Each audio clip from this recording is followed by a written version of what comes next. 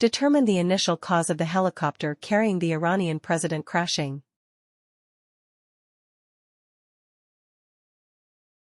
Rumor has it that Ukraine used special weapons to attack Russian ships in Crimea.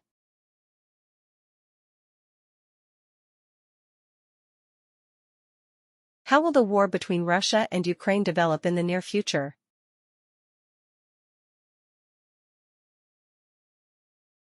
Determine the initial cause of the helicopter carrying the Iranian president crashing.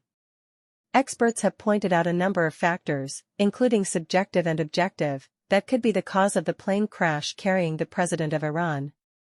According to CNN military analyst Cedric Leighton, Iranian President Ebrahim Raisi may have sat on a Bell 212 aircraft, a helicopter that began operating in the late 1960s. Mr. Leighton, a former U.S. Air Force colonel, said difficulties in finding replacement parts for the Bell 212 helicopter could be a cause of the accident. Mr. Leighton said the helicopter was first manufactured in the United States and then in Canada. According to him, the Bell 212 was introduced as a commercial helicopter in 1976, but was present in the U.S. military before that, possibly as early as the late 1960s. In this case, I think the cause of the accident was the difficulty of finding these spare parts due to the sanctions aimed at Iran, combined with the very bad weather in the past few days in the area northwest of Iran, said the former U.S. Air Force colonel. Rumor has it that Ukraine used special weapons to attack Russian ships in Crimea. Ukraine may have used an ATACMS missile version with a warhead of more than 200 kilograms in the attack on a Russian ship in Crimea over the weekend. Ukraine's Ministry of Defense announced that its forces sank another ship of the Russian Black Sea Fleet on May 19. According to Kyiv, Ukraine fired fire at the minesweeper Kovervets during a night attack on the port of Sebastopol in Crimea, 250 kilometers south of the front line. Russia has not commented on this information, but Moscow said that Kyiv fired ATACMS missiles at Crimea and they successfully intercepted them. It is difficult to verify information provided by both sides of a war because it could be psychological warfare. But if Ukraine really fires ATACMS at Russian warships, this is considered special, according to Forbes. The 2-ton ATACMS missile, launched from the ground, is not an anti-ship missile. It is often used to attack ground targets. That's because according to most sources, the ATACMS is said to be accurate within 10 m of the target. That means this missile is not accurate enough to hit a ship with just one large warhead. Some ATACMS models such as the M39 or M39A1 that the US gave to Ukraine are capable of containing cluster munitions. However, it will be more suitable for the task of attacking a large area target than launching it at a ship, because the submunitions do not have much destructive power. Cluster munitions are unlikely to sink a ship, because they mostly only destroy the upper part of the weapon, not strong enough to penetrate the body. So, according to Forbes, if Ukraine really attacked the Kovervets ship with ATACMS, that means Ukraine may have received M48 or M57 ATACMS missiles with an attack range of more than 270 kilometers, warhead weighing 213 kilograms. Second, the M48 and M57 have the ability to attack more accurately than previously reported. The impact of these two hypotheses is huge if they are true. With the M48 or M57 ATACMS, Ukraine can continue to bring the remaining ships in Sebastopol, Crimea into attack range. Phillips O'Brien, professor of strategic studies at St Andrews in Scotland, pointed out, if ATACMS destroys Russian warships in Sebastopol, it is difficult to see how this base will bring much benefit to Moscow. According to Western military experts, Russia so far seems to have not found a completely effective way to match ATACMS, making this long-range missile still very dangerous.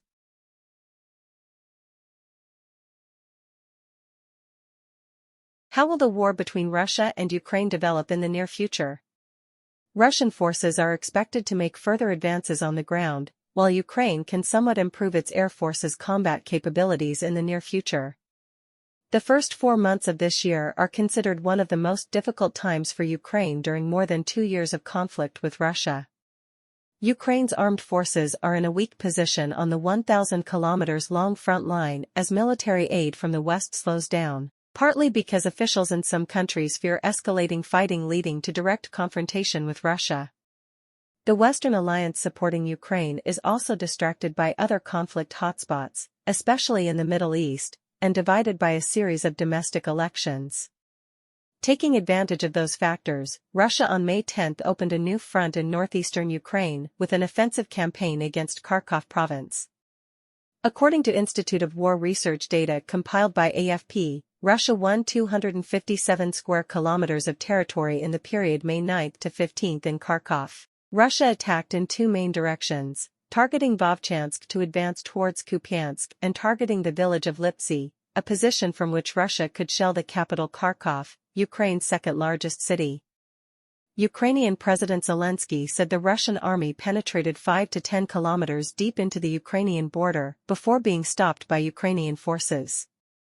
On May 17, President Putin said Russia has no plans to control the city of Kharkov, but the current campaign is to establish a buffer zone to prevent shelling across the border. Russia's Belgorod region has recently suffered frequent attacks from Ukraine. Roman Shumov, a Russian historian specializing in conflicts and international politics, said that Russian commanders could consider moving the front line 10 to 15 kilometers deeper and capturing Vovchansk as completing the plan. Achieving such results will bring significant benefits to future planning, Shumov said. Phillips O'Brien, professor of strategic studies at St Andrews University in Scotland, said that at the current stage, Russia does not have enough troops to capture the city of Kharkov. Michael Kaufman, an expert at the Carnegie Endowment for International Peace, also believes that Russia's purpose is not to capture the capital city of Kharkov, but to get closer to the city to threaten it with artillery, to push Ukraine into a position of advance. Dilemma. Kyiv must spread its troops thinly, sending reserve forces and elite units to defend Kharkov.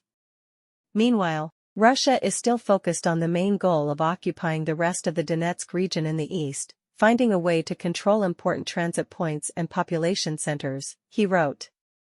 In the eastern battlefield, Russia recently made small advances after controlling Avdiivka and the village of Okratino northwest of the city. The US-based Institute for the Study of War, ISW, believes that Russia can continue to advance west towards the city of Pokrovsk or head north to coordinate with the campaign to destroy Chasiv Yar. Chasiv Yar had a population of more than 12,000 people before the war and now only about 1,000 people remain. With terrain higher than the surrounding area, Chasiv Yar became a staging point and forward artillery base for the Ukrainian army. This caused Russia to continuously raid Chasiv Yar and cause heavy damage to the city. Pokrovsk, formerly known as Krasnoarmeysk, is located about 40 kilometers northwest of Avdiivka, at the junction towards the cities of Donetsk and Bakhmut, and next to the railway line passing through Avdiivka.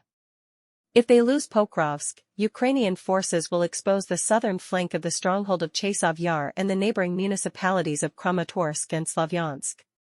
Colonel Pavlo Palisa, commander of the 93rd Mechanized Brigade fighting near Chasiv Yar, said he believes Russia is preparing a major effort to break through Ukrainian lines in the east. Another Ukrainian commander last week also predicted that the war would enter a critical phase in the next 2 months as Moscow tried to exploit the period when US aid had not yet reached Kiev. There is no doubt that this will be a difficult period for us, Palisa said, predicting Russia wants to occupy the entire Donbas region by the end of the year. Jack Waddling, an expert at the London-based research organization RUSI, estimates that like the Kharkov campaign, Russian forces will likely conduct additional attacks on the northern and southern points of the front line to spread Ukrainian forces thinly. When Ukraine sends troops to these areas to respond, Russia will make the main effort to expand control in Donbas, he wrote. The Ukrainian Air Force could change significantly this year, with the possibility of receiving dozens of US-made F-16 fighters. Ukraine claims that the F-16 will help increase air defense capabilities against Russian cruise missiles and UAVs, and at the same time partly save frontline units that are being continuously bombarded by the enemy. Russia has recently increased its use of glide bombs to attack Ukrainian military positions. This weapon allows Russian aircraft to launch powerful bombardments at a relatively safe distance. F-16 fighters with air-to-air missiles with a range of up to 500 kilometers can help Ukraine limit Russian Air Force bombing with glide bombs.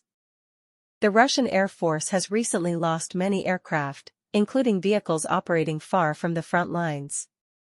These losses place an additional burden on the number of aircraft in operation and may pose a challenge to the Russian Air Force in upcoming air battles, when Ukraine receives F-16 fighters.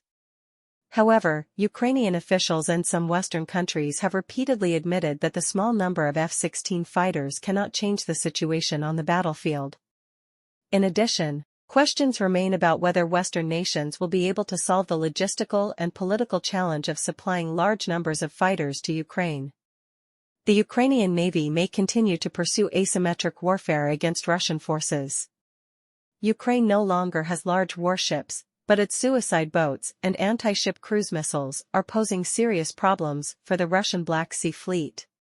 This threat caused Russia to withdraw high-value naval assets from its traditional base on the Crimean Peninsula. Ukraine is continuing to develop suicide boats and plans to raid deeper into Russian-controlled waters.